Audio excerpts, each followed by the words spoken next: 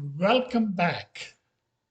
Welcome back to HIP, Health Insurance Personalized. This is Consumer's Doctor on the behalf of Foremost Organization. In the prior episode, I talked about impaired health support plans. Today we'll talk about eligibility of the impaired health support plans. Who are eligible? Who are eligible? Providing eligibility to both uninsurable individuals and small group members will provide targeted support, choice of plan options, and affordable health insurance for the sickest among us who are eligible. So let's look into that. For the sickest among us, prior to Obamacare, many consumers avoided applying for insurance because they feared failing strict insurer underwritings. That was the reason. They worried about privacy. They were concerned that any poor health characteristics would become a part of their electronic record that could affect other personal business needs. That is the reason. They worried about exposure of marijuana and another drug use if they were using. So they were worried about their privacy. Under the personalized health insurance, people with medical issues can apply for insurance without fear of reprisal or a stigma. This is very important, folks. They can apply without any fear of reprisal or stigma. So who is eligible, you might ask, for, for an appeal to the Health Review Authority under the public-private partnership. A likely candidate for impaired health support plans. Who can appeal for that? The answer is any individual who has applied to a licensed participating insurer or insurance company. Any individual can apply. So who would qualify? Number one, Health Review Authority would look into a person whose application has been rejected for the coverage.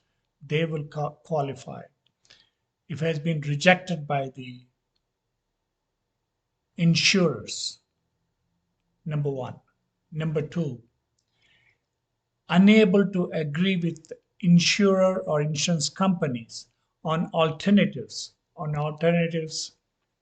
that allow for a premium of less than 25% over standard premium rates. He is eligible. And number three, has an insurer proposing contract benefit limits of 25% or more of the policy value. They will be eligible. And number four, has a combination of any one of those above things. Let me repeat this again, folks. Who's eligible for the impaired health support plans? Number one, who has been rejected for coverage by the insurer. And number two, is unable to agree with the insurer on alternatives that allow for a premium of less than 25% over a standard premium pay rates. And number three, has an insurer proposing contract benefit limits of 25% or more of the policy value will be eligible. And number four, any combination of the above, they will be eligible for the impaired health support plans. Anyone who is a part of a group of 50 or fewer employees and has a medical condition or a history that causes the group plan to be priced at at least 10% or higher than the otherwise standard group rates. Insurers, the standard premium rate should not be more than 10%. If it's higher, they're eligible for the impaired health support plans. Again, any applicant determined by the health review authority to be truly uninsurable will automatically qualify for the impaired health support plans, folks. Yes, automatically. Applicants can then select among the multiple plans offered by the impaired health support group.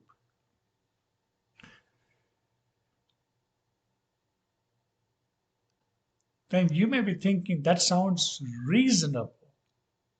Are there any additional requirements? Yes. Any individual must be a legal citizen of a state for at least 12 months prior to the application to an insurer. They have to be legal citizens, folks.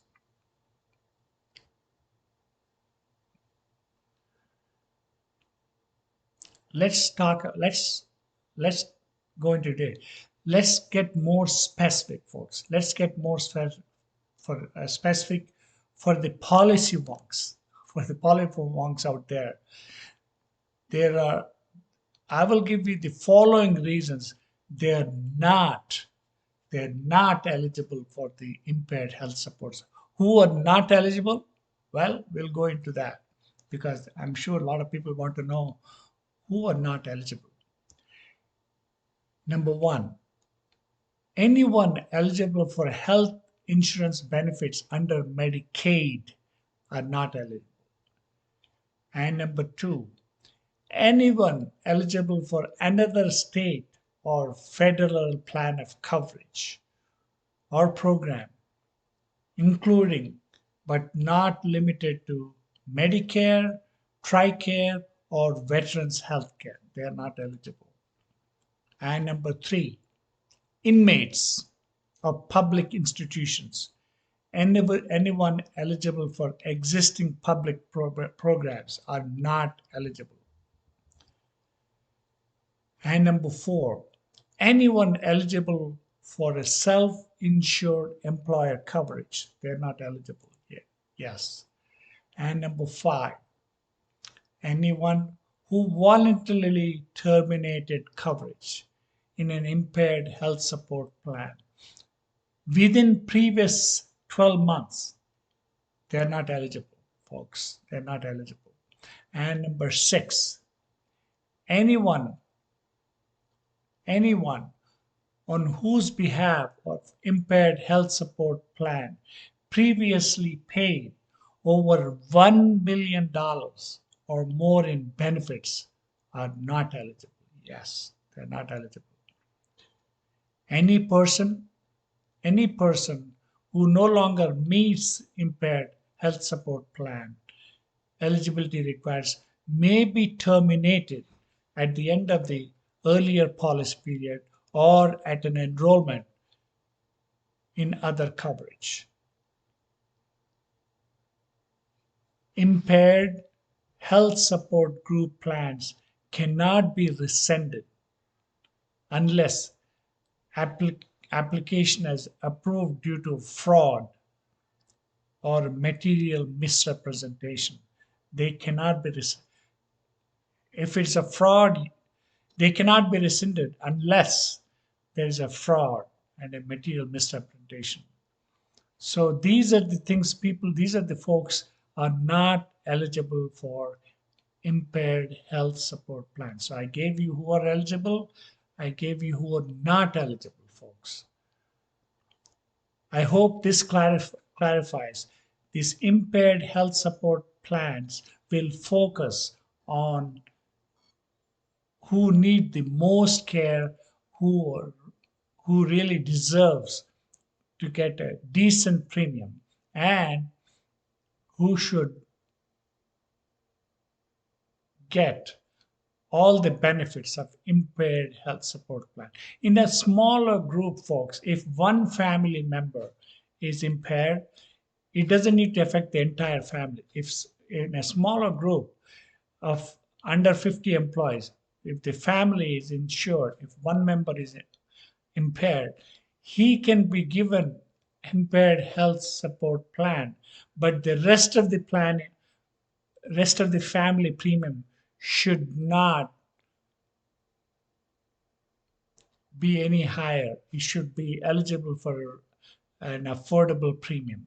So by removing one applicant out of that family and putting them in impaired, so the group family coverage and smaller employer groups can provide the health insurance for the rest of the family. By removing one person, their rates will remain low. That way, the premiums should not go up just because there's one person who's impaired.